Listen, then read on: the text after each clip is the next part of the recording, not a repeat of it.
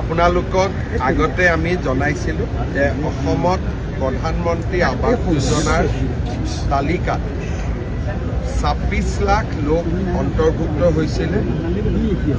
আমাৰ 20 লাখ লোকৰ ঘৰ ইতিমধ্যে আমি নিৰ্মাণ কৰিব পাৰিছিলোঁ। 6 লাখ ঘৰ বাকী আছিল। জানুৱাৰী মাহত কেন্দ্ৰীয় মন্ত্ৰী শিৱৰাজ সিং চৌহান ডাঙৰীয়াই আমাক 3 লাখ ঘৰৰ অনুমোদন দিছিলে।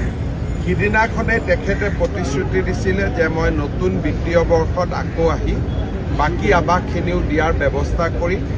আজি 3,73,000 ঘৰৰ অনুমোদন তেখেতে আমাক আনুষ্ঠানিকভাৱে ইয়াত দি থৈ গ'ল।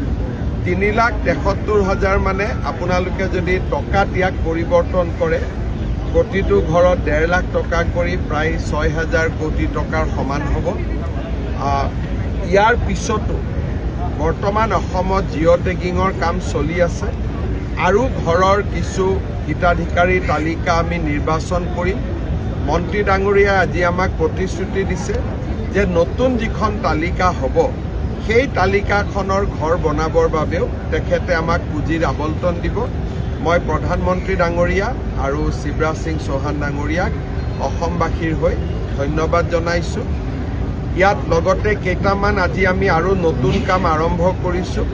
অসমৰ মহিলাসকলেও যাতে ৰাজমিস্ত্ৰীৰ কাম শিকিব পাৰে, লখিমী মিস্ত্ৰী বুলি আমি এখন নতুন আঁচনি আৰম্ভ কৰিছোঁ।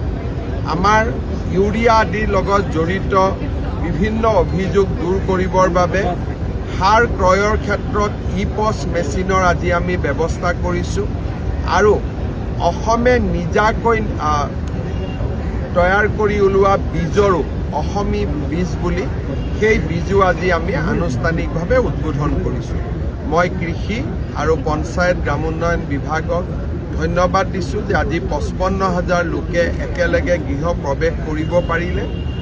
ঘৰ লোৱা লোকসকলৰ যি উৎসাহ উদ্দীপনা, মানুহৰ মনত এটা সদায় আশা থাকে যে নিজৰ এখন ঘৰ হওক। প্ৰধানমন্ত্ৰী ডাঙৰীয়াৰ আশীৰ্বাদত আজি অসমৰ দুখীয়া দৰিদ্ৰ মানুহে নিজৰ এখন ঘৰ পাইছে।